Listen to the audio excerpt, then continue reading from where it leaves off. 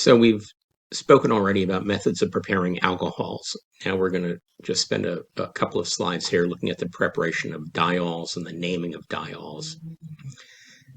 Diols are as you might have guessed, when you have two hydroxyl groups.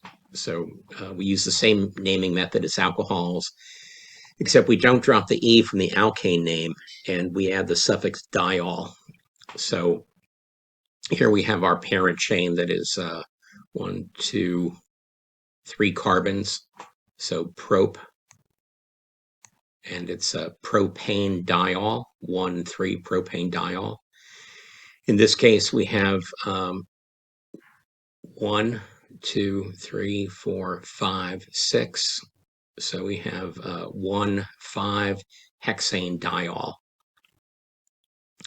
Then we also use the term glycol to describe a compound with two hydroxyl groups. So ethylene glycol. So methane, ethane, ethylene glycol. This is the compound that is in automotive boil over protection and antifreeze. So Prestone is a brand name for this. Adding ethylene glycol to an automobile radiator gives a molal freezing point depression as well as a boiling point elevation. It's a colligative property. Ethylene glycol has a very sweet taste. It's a common problem that when people drain their radiators, if they drain them onto the ground, dogs, which can taste sweetness, will drink toxic doses of ethylene glycol from puddles of radiator fluid left on the ground. So people need to exercise caution with this. Ethylene glycol has been responsible for a number of human poisonings because of the sweet taste. People don't realize that it's toxic. So just a brief story. There's a related compound. There's diethylene glycol. There's a related compound, diethylene glycol. It's basically a dimer of ethylene glycol. This is an ether linkage. We'll talk about those later in the semester. But in 1937, in Bristol, Tennessee, a company, the Massengale Company, formulated sulfanilamide, which was an antibiotic of the day, as a liquid using diethylene glycol. And no safety studies were performed on diethylene glycol. It's a toxic liquid, and about 100 people were killed across the country, as far east as West Virginia, all the way out to California.